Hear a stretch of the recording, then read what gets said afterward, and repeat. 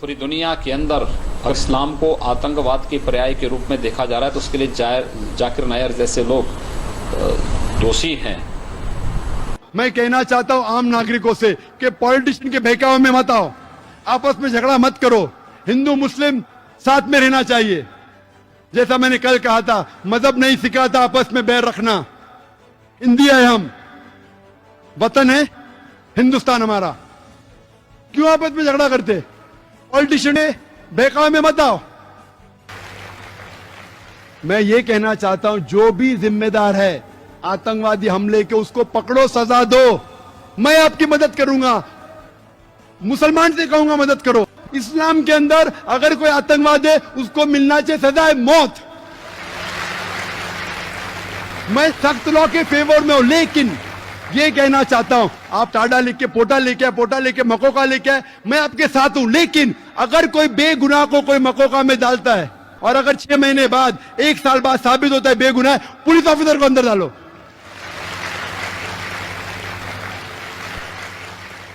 या पॉलिटिशियन को अंदर डालो, फिर मालूम पड़ेगा किसको बेगुनाह को लगाने का कहने। और हम सब हिंदुस्तानी, चाहे हिंदू हो या मुसलमान हो, हम में डिफरेंस हो सकता है, हम में कुछ बात पे इख्तिलाफ हो सकता है, लेकिन आपस में झगड़ा नहीं करना चाहिए, आपस में एक दूसरे की जान नहीं लेना चाहिए।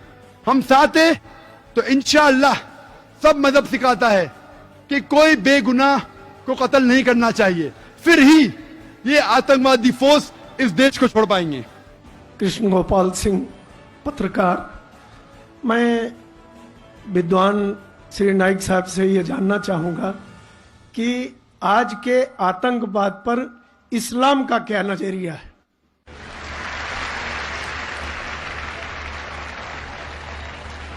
भाई साहब ने सवाल किया है कि आज के आतंकवाद पर इस्लाम का क्या नजरिया है, और मैंने एक तकरीर की है अंग्रेजी में भी, इज टेररिज्म मुस्लिम मोनोपोली, और पूना में भी उर्दू में, हिंदी में। क्या आतंकवाद मुसलमान की विरासत है?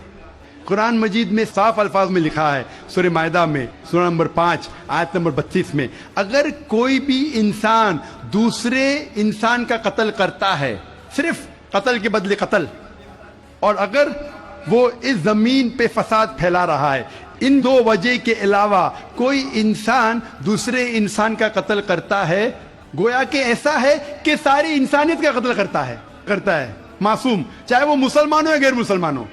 अगर कोई इंसान दूसरे इंसान का कत्ल करता है, चाहे मुसलमान हो या गैर मुसलमान हो, अगर मासूम इंसान का कत्ल करता है तो कुरान की आयतें गोया कि वो सारी इंसानियत का कत्ल कर रहा है, और अगर वो एक मासूम इंसान की जान बचाता है, चाहे मुसलमान या गैर मुसलमान हो, गोया कि वो सारी इंसानियत की जान बचा रहा है। तो मुख्तसर सा ये जवाब है, अगर कोई मासूम लोग का कत्ल कर रहा है, इस्लाम में हराम है।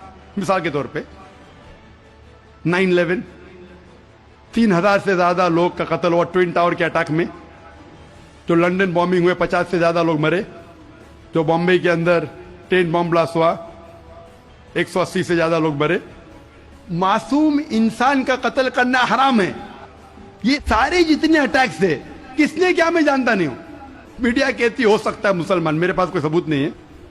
जिसने भी किया उसने गलत किया, चाहे वो मुसलमान ने किया गैर मुसलमान ने किया, लेकिन अब तक ये सारे अटैक्स का कोई सबूत नहीं है कोई भी गवर्नमेंट के पास, ना यूएसए के पास, ना यूके के पास, ना इंडिया के पास। प्राइम सस्पेक्ट कहते हैं, लेकिन जिसने भी ये कत्ल किया, चाहे मुस्लिम है गैर मुस्लिम है, वो हराम है। तो जो भी मासूम इंसान का कत्ल कर रहा है, चाहे वो मुसलमान हो या गैर मुसलमान हो, वो दोषी है और हराम है। इस्लाम इसकी सख्त मुखालिफत करता है। और सबसे ज्यादा बदनाम लफ्ज इस्लाम और कुरान में जो मौजूद है, जो मीडिया जो सबसे ज्यादा बदनाम करती है आज की तारीख में, वो है लफ्ज जिहाद। और मीडिया ऐसा पेश करती है कि जिहाद की मानी क्या है। मीडिया कहती है कि जिहाद मतलब कोई भी मुसलमान जब जंग करता है कोई भी वजह से, चाहे अपनी जाती वजह हो, चाहे पैसे के लिए हो, चाहे पावर के लिए हो, चाहे ताकत के लिए हो, चाहे इलाके के लिए हो, कोई भी वजह से अगर मुसलमान لڑتا ہے اسے کہتے ہیں جہاد. اور یہ غلط فہمی صرف غیر مسلمانوں میں نہیں, کئی مسلمانوں میں بھی ہے. میڈیا اسے اتنا عام کر چکا ہے کہ غیر مسلمان تو چھوڑو, آج کل اکثر مسلمان بھی سمجھنے لگے ہیں کہ اگر کوئی مسلم لڑتا ہے کوئی بھی وجہ سے, چاہے ذاتی وجہ ہو, چاہے پیسے کے لیے ہو, چاہے پاور کے لیے ہو, چاہے علاقے کے لیے ہو, اسے کہتے ہیں جہاد. جہاد کے معنی بالکل نہیں ہے. جہاد آتا ہے عربی لفظ جہادہ سے, جس کے معنی ہے جد و جہد, ٹو اسٹرائیو. جہاد مینس ٹو اسٹرگل. اور اسلامک شریعت اس کی معنی ہے کہ جب ایک انسان اپنے نفس کے خلاف جد و جہد کرتا ہے اللہ سبحانہ و تعالیٰ کے احکامات پہ عمل کرنے کے لیے, اسے کہتے ہیں جہاد. یہ افضل جہاد ہے. جہاد کے معنی ہے جد و جہد. اور اسلامک پس منظر میں اگر ایک مسلمان یا کوئی انسان اپنے نفس کے خلاف جد و جہد کر رہا ہے اللہ سبحانہ و تعالیٰ کے احکامات پہ عمل کرنے کے لیے, اسے کہتے ہیں جہاد. اگر ایک انسان جد و جہد کر رہا ہے معاشرے کو سدھارنے کے لیے, اسے کہتے ہیں جہاد. اگر ایک انسان میدان جنگ میں ظلم کے خلاف جد و جہد کر رہا ہے, اسے کہتے ہیں جہاد.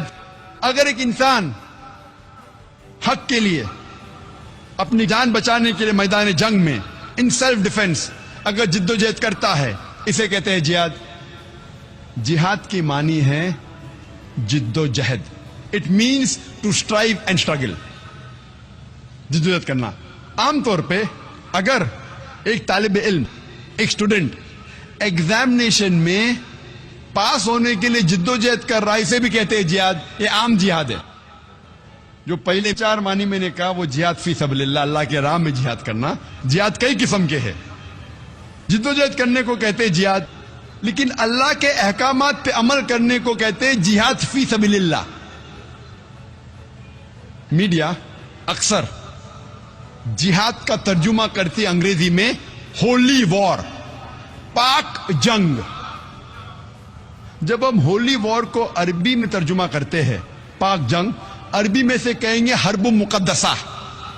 آپ ساری آیت قرآن مجید کے پڑھیے, ساری حدیث پڑھیے, کدھر بھی قرآن یا صحیح حدیث میں نہیں لکھا ہے حرب مقدسہ, پاک جنگ, ہولی وار. یہ میڈیا کہتی ہے جہاد کے معنی ہولی وار.